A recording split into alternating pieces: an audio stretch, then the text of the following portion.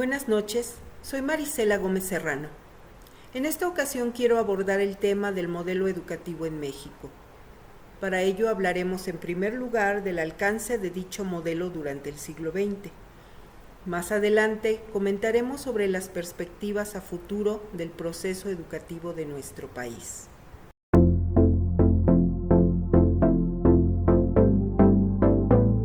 El modelo educativo en México se construyó a partir de un enfoque social e histórico que se tenía en la etapa posrevolucionaria.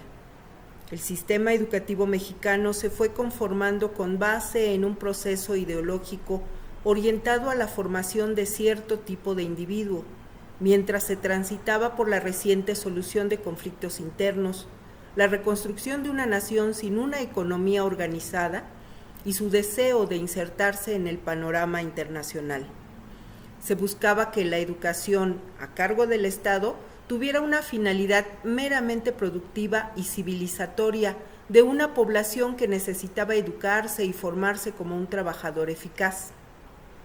Además, se planteó, gracias a Vasconcelos, la posibilidad de que dentro de esa formación cupieran las humanidades y la conciencia de solidaridad que facilitaran el avance en conjunto del país.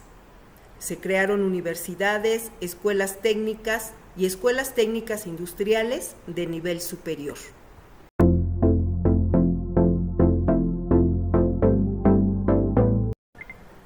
Más tarde, Narciso Bassols estableció los principios para una educación socialista, contrapuesta con las creencias religiosas, que fuera más técnica que humanista.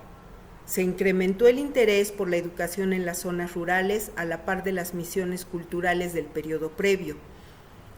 La educación socialista se afianzará en el periodo cardenista y concluye con él.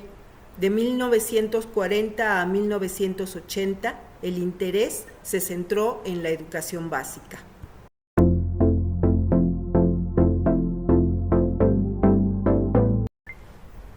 De acuerdo con el Sistema Nacional de Información Estadística Educativa, de 1980 a 1990, la educación preescolar tuvo un crecimiento al triple.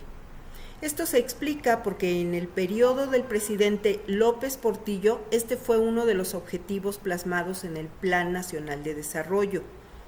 En los años 80, el paradigma educativo se alinea con la visión económica neoliberal, por lo que la educación humanista es desplazada casi totalmente por la educación orientada al desarrollo técnico.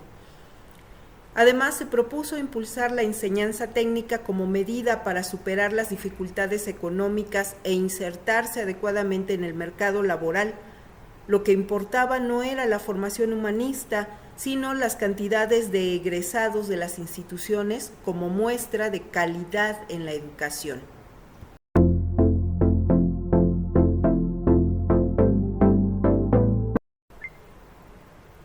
Este proceso, más la implementación de mecanismos que fomentaban la selectividad en la educación, como Ceneval o Conaeva, limitó la integración de alumnos a las escuelas, promoviendo la idea de que eran incapaces de acceder a la educación media y superior por falta de preparación o de capacidad intelectual.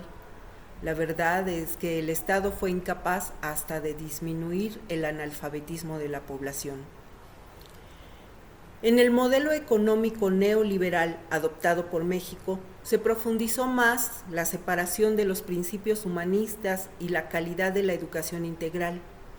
El sistema educativo mexicano se enfoca principalmente en el aspecto económico-productivo del país y la formación de egresados con ese perfil. Además, se benefició en recursos materiales y económicos, sobre todo a las escuelas de nivel medio superior y superior de las zonas urbanas, a pesar de no tratarse de niveles considerados obligatorios. Aún así, se ha demostrado que la educación no siempre es una garantía de superación de la pobreza, pues según la información obtenida, en México más de la mitad de la población se encuentra en situación de pobreza, pero menos del 8.5% de esta es analfabeta. Por lo tanto, no existe una relación causal entre el nivel de educación con respecto a la miseria que se vive. esto también obedece a que los lugares con mayor pobreza no tienen escuelas de calidad o de niveles superiores a los básicos, y a que los empleos existentes no requieren personas con mayor preparación. Esta situación se agrava debido a que el Estado propone un plan de estudio único y generalizado en el país, sin considerar las diferencias fundamentales a nivel regional en cuanto a necesidades y posibilidades reales en las diferentes comunidades.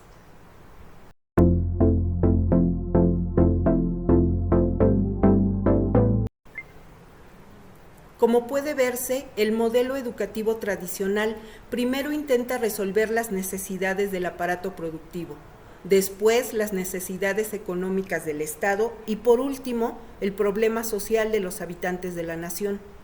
Esto ha provocado que durante varias generaciones se haya malformado a los estudiantes, incluyendo con ello a quienes han sido docentes y heredan sus deficiencias a los alumnos. Una de las propuestas de solución a todo esto, que data de los años 60, es la llamada desescolarización. Se trata de una propuesta radical que aboga por la clausura de las escuelas como entidades que centralizan el conocimiento y que permite ampliar las posibilidades de educación de la población al no limitarse este servicio exclusivamente al ámbito escolar, ya que eso representa una fuga de recursos y un proceso de muchos años para formar una generación que terminará desfasada con respecto a los avances tecnológicos. Esta propuesta pretende también descentralizar el aprendizaje de los libros y construir redes de aprendizaje basadas en la convivencia entre iguales, los que saben y los que aprenden. Su argumento principal es que la institución tradicional le da más importancia a la propia estructura escolar que a los alumnos que acceden a ella. Si las posibilidades de educación se limitan únicamente al servicio que puede proporcionar el Estado, entonces la población más pobre termina incorporándose al mercado laboral con muy poca o nada de preparación, pues no tiene recursos para pagar por su propia formación. Por otra parte, se ha propuesto que el Estado asigne a cada familia con hijos una renta para educación. Sin embargo, sería necesario que los beneficiados tuvieran el tiempo suficiente y las posibilidades de estudiar en casa. Posteriormente, podrían recurrir a un proceso de revalidación que les otorgue la certificación de los grados cursados.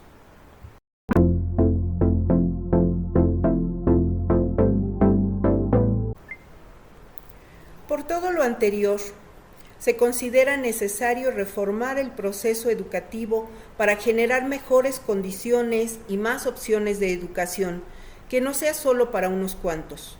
Se requiere que el sistema educativo nacional deje de ser parcial en su ejecución, que se adapte a los nuevos saberes y a las exigencias de los nuevos empleos, conjugando equitativamente la capacidad productiva con el desarrollo humano. Eso es todo. Espero que les haya resultado interesante. Muchas gracias.